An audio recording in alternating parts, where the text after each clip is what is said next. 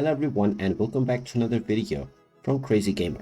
In this video, I'm going to show you how to join a clan within the Clash of Clans game. So let's get started right away.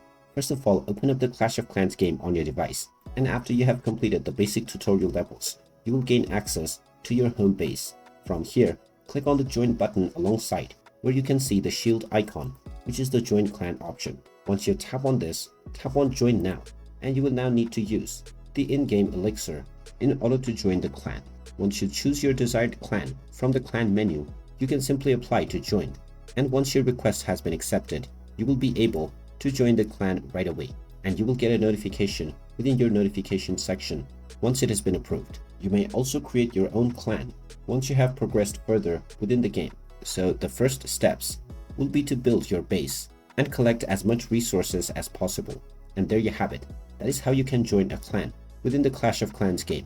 If you find this video helpful, make sure you hit that like button and subscribe to our channel if you haven't done so already. Also ring that notification bell to never miss another update from us. Thank you for watching, and I will see you again in the next video.